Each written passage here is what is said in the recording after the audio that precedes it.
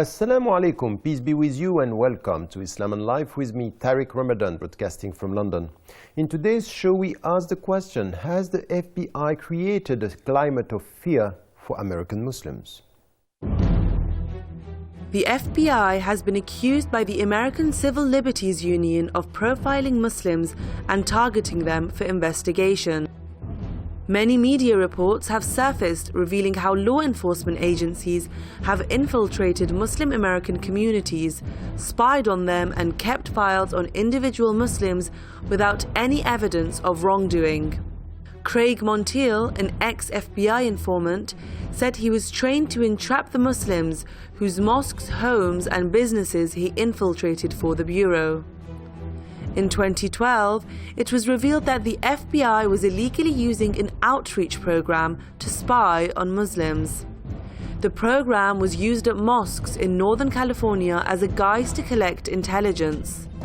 In addition to this, the FBI issued training materials instructing agents at Quantico, an FBI training facility, that mainstream Muslims are violent, radical and linked to terrorism. This week on Islam and Life, we ask, has the FBI created a climate of fear for American Muslims? We thought after the election of Barack Obama that things were going to change. The era of George W. Bush was quite worrying and quite difficult for Muslims targeted within the States and the United States of America and as well around the world. And we hoped at that time with a new president and things were going to be better. All the figures, all the surveys and the studies are showing that it's quite the opposite. Things are very bad in the United States of America. The American Civil Liberties Union are just showing how much people are under surveillance, monitored, or communities infiltrated. More than that even, we have people in jail today in the United States of America, not because they have done something, but they had the intention, maybe, we don't know, the potential intention of doing something, and because they were watching a YouTube program or they were connected to a website, and this is why they have been jailed. Things are very bad, the situation is very worrying, and some questions must be asked and put to the American government, but also to all the citizens and the Democrats around the world, because what is happening in the United States of America is also happening in other countries. And as Tony Blair said once, the rules of the game have change. What does it mean? For more democracy, for more freedom, for more equality, for more living together, or for targeting a segment of the Western citizens today, and of course mainly the Muslims? To answer all these questions, I am joined by my guest, Chair Ahmed Hanif, an Islamic scholar. Thank you so much for being with us today. Let me start with what is happening. I was in the States a few months ago and I was talking to people. I was also working with the legal organizations telling me what is happening is just unbelievable. And there is a silence around us, and many people were talking about the solitary confinement where people are put in jail with nobody to talk to, for not only, and no light, not knowing when it's the daylight or the night. And at the end, if we stay, and the psychologists are saying, if you stay 2 weeks in such a situation, you can lose your milestones. And yes, that's just psychological torture. And it's there now for people sometimes who have done nothing. So what is the state of affairs in the state today? Well, the state of affairs, one can say, is a form of psychological terrorism, if one can ask that, because terror is basically instilling fear in a population. Unfortunately, we think of terror as instilling fear of a violent type of activity that threatens people's physical safety. but you also have a form of terrorism which is based upon instilling a psychological fear in people that makes them afraid to speak, that makes them afraid to act, that makes them afraid to even criticize the environment of fear in which they live. And this is best represented, for example, historically, by the role of the Gestapo in Nazi Germany and the KGB in the Soviet Union. I think with respect to Muslims, it is not an exaggeration to say that in the United States of America, the FBI and police organizations are actually creating this state of fear in the Muslim population. I think there's a reason for this. I think the reason for this is the fact that the Muslim population represents a potentially influential community organization that could have a profound impact upon the democratic process. That let me come to this, because Yes. this, I think it's a very critical point. Before that, because what I heard by people when we talk like this, when you say, look, there are other reasons that the, proclaim reasons that are, oh, it's about terrorists. But still, you, like me, we know that what happened in the States, and this was in 2001, winning it or not, even with all what we don't know about what happened, Right. still violence was there, Right. people were killed, innocent Americans died in the whole process. Right. And when we come with, all this is done for no reasons, some in the American administration and some, ordinary citizens are telling, no, you can't say it's for no reasons. There are objective reasons, is that now we have a discourse within the Muslim communities that is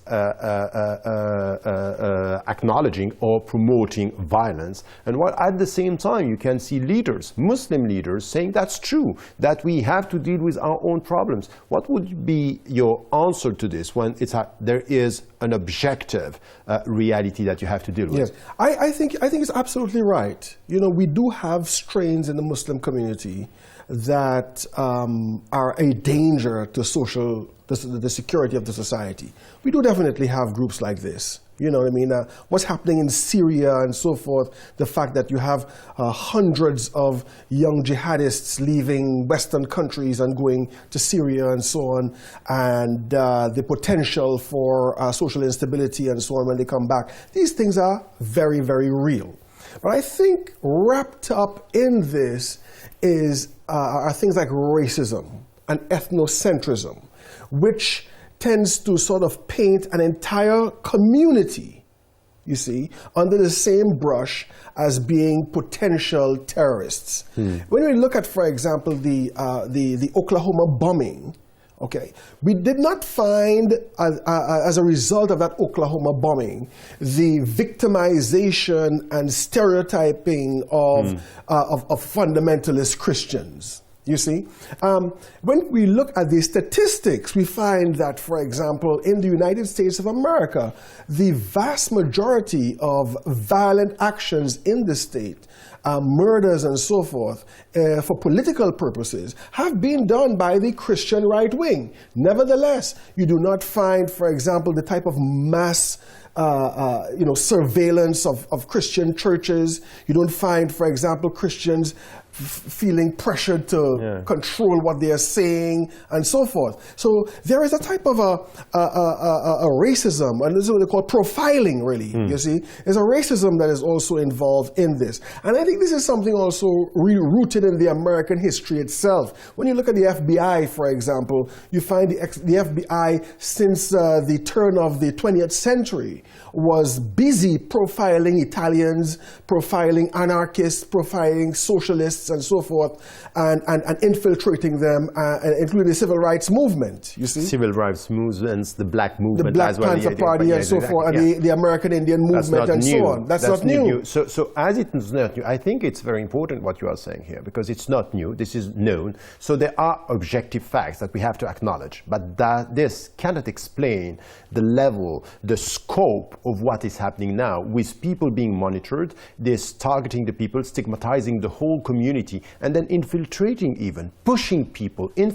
pushing people to do things that we know now. And there are books that have been written in the States just showing that there is a strategy here. And you were starting by saying something that is, I would ask you, Why? Yes. Why 10 years, more than 10 years after September the 11th, when we would have expected that things should be better now, they are worse even, and then we see it's not evolving the right way. I think before September 11th, Islam was the most rapidly expanding religion in the United States of America. It still is, but it has slowed down tremendously. Okay.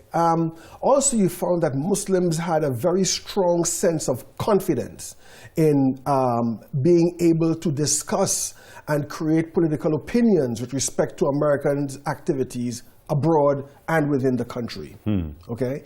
And I think 9/11, many say it was a false flag operation, but even if it was not a false flag operation, it provided the perfect opportunity for the state to fundamentally curtail freedom of speech and organization in the Muslim community in order to silence or truncate the development of a mature and coherent response to American imperialist ambitions overseas. Interesting. And if I, to be frank, if you go to the States now, I have been dealing with some Muslim organizations. It's as if they are succeeding. Because you get what you were saying about lack of confidence, fear that we can't speak. We can't speak about, very international issues, for example. Don't speak about Palestine. Don't speak about the relationship between Israeli and Palestinian. Don't speak about, terrorism. Don't speak about, being, involved in the society. Even I saw and I met Muslim leaders being scared of talking about what is happening in American jails, and even about Guantanamo. Yes, that's true. He promised that he was going to end. So we have now American non-Muslim citizens much more courageous than Muslims there. It's as if we are in a state of, paralyzed by the atmosphere. So are they succeeding? I think they are in a certain sense. I think there's a big difference between the old generation Muslim and the young generation Muslim. The old generation Muslim are largely immigrants into America who, like in many parts of the Western world, did not feel completely settled. Okay, the idea of being a Muslim living in the land of the kuffar, so to speak, and so forth. The fact that life there made it so difficult to practice their own cultural practices and their deen and so forth, led to a certain level of alienation from the society in which they live. Also because of the intention for them going there. It was largely economic, and so you would find with that type of psychological orientation, they would want to really tiptoe in society, you see. The young generation is different. The young generation are born in America, so they can't be expelled, they can't be deported. At home. They take seriously their rights to speak out and so forth. And I think that their voice will win out in the end. The old people are much more conservative, and if you notice, socially, they're the ones who are trying to rein in the young people. They're telling the young people, don't grow that beard too long, and maybe it mightn't be a bad idea if you don't wear hijab to go to school and so forth, because they don't want to rock the boat. But the young generation, I think, will take this particular issue on and should be able to weather the storm properly. You are talking about the generation gap and the generation difference, and I think that this is fair, and we can see this. We can see people, yet if we go to some universities and we see the students, the students of the 60s were very, very assertive and much more, vocal about some of the issues. We have some, but there is no trend that we can see the young people. There is another thing that I wanted to ask you about, which is I would have expected the African American Muslims to be much more involved in the discussion, because they don't have to be scared, because they are Americans and they can speak. And they said this. I met so many saying, you know, the problem that we have with the migrant and the people who are buying the American dream, they are not coming from the inner cities. They don't know what it means to be an American and a black American, because there is a problem with blackness in this country, and there is a very old tradition of racism, as you are saying. So you would expect them to be vocal about this and to say, look, there is a problem here in the way you treat your own citizens, you treat Muslims, and then you treat people being in jail, and there is a plain injustice.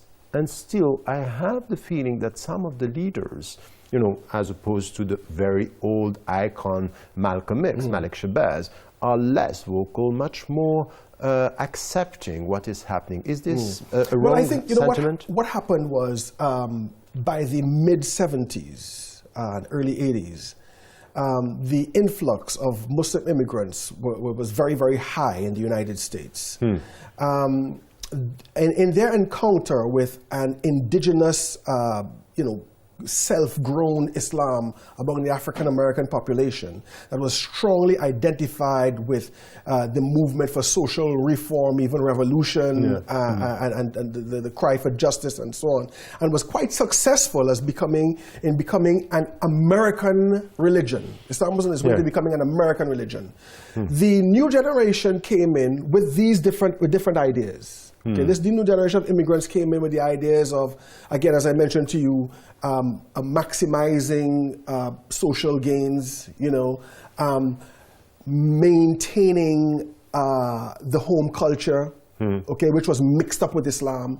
So basically you had Islamic centers that were really cultural centers as well as Islamic centers. True. And also they were telling these American homegrown Muslims that we are more Muslim than you. We know Arabic, we know the Quran, we know fiqh, we know this and that. And the African American Muslims said, okay, you take over, you see. And what you find is Islam now retreated from being on the front line to changing American society and became much more focused on foreign policy, foreign politics, Palestine and so on. Not that it was wrong, but the problem is they did not try to tie that in with what was going on in America at the time. So for example, in the 60s and 70s, they were talking about the first, second, third, and fourth worlds. And the fourth world was really the third world in the United States of America, you see? And so you had people like Malcolm X making these connections. And so you found like what happened was a certain type of alienation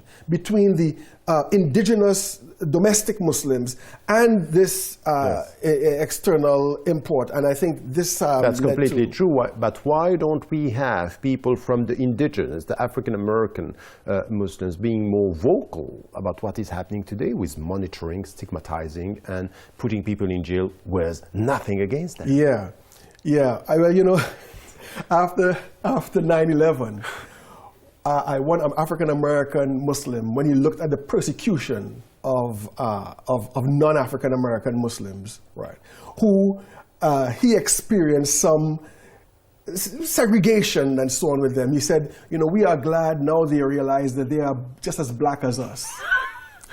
Okay, which could be the he didn't say black, he used the N-word, so that was even more whatever. So what they were saying is, look, what is happening to us is now happening to you, and so they're waiting basically for this recognition to take place, for that type of partnership to. Okay, so this brings me to my next question, which is what should be done in order to face this, to go beyond this, and to change the situation in the United States of America, knowing that in the UK, in France, in all the Western countries, by the way, monitoring is just much more the rule than the exception, that the people are, communities are infiltrated. So if we talk about the United States, and we are talking about, now they experience what we experienced in the 60s, in the 70s, now they get to this, what should be done to change this situation? I think a number of things. I think one of the first things that has to be changed is a change in attitude among the Muslim population as a group of people who are not estranged from their fellow non-Muslim neighbor. Okay, there's a certain type of separation that the Muslim community has with the non-Muslims, you see. And I think this makes it more likely for public support or public, non-involvement with the actions of the state with respect to Muslims. Muslims need to make much more outreach, especially as Muslims, standing up for people's rights and so forth. Beyond the Muslim communities. Yes. Yeah. A good example was in 9/11, where a lot of Muslims were being attacked or harassed, let's say, in the suburbs. Okay, it wasn't happening in the ghetto. It wasn't happening in the inner city because Muslims were already associated with supporting and standing up for the rights of everybody in the inner city, you see. And I think this is one of the things that needs to be done. I think we need a certain passing of the guard.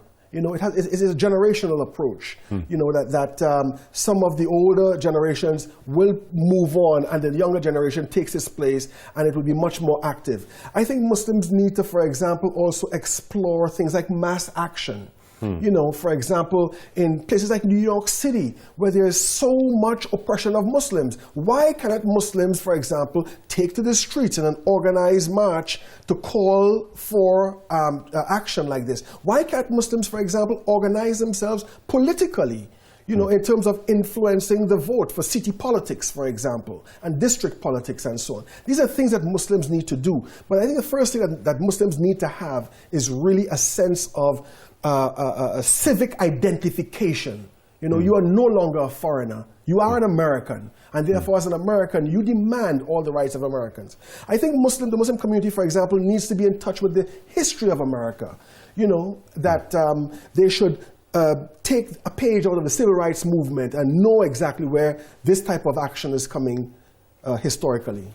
Thank you so much. I think we talked about the situation in the States today, how bad it is, and at the same time looking at the history. There are objective reasons, but as you were saying, there are other reasons that are not said, which is the presence of the Muslims, the way they were settling down, they were now getting more assertive with the environment, and things have changed. But if today we don't have enough leaders or this leadership calling for action and being assertive and going beyond this fear that is everywhere on both sides, so to speak, the migrants that have been there for decades, but also the African Americans, and we need this leadership to come together and to understand that this is a common struggle for the future. And by the way, not only for the Muslims, it's for the future of the United States of America. And this is why your last point, it's important to go beyond the community, to work with other American citizens and to come together with the sense that we belong to the country and resisting oppressions, resisting stigmatization and racism. This will be the future for the United States of America. Well, that's all we have time for. Please let us know your thoughts and views on any of the shows you have seen, and here's the way to contact us. We at Islam and Life would like to hear your views about the subjects that we discuss. We would also love to hear your suggestions for our program, so get in touch with us. You can also share your thoughts with other Islam and Life fans, engage in debate, and find out how to watch our previous shows. Follow us on Twitter at Islam and Life TV, or join us on Facebook by liking our page Islam and Life on Press TV.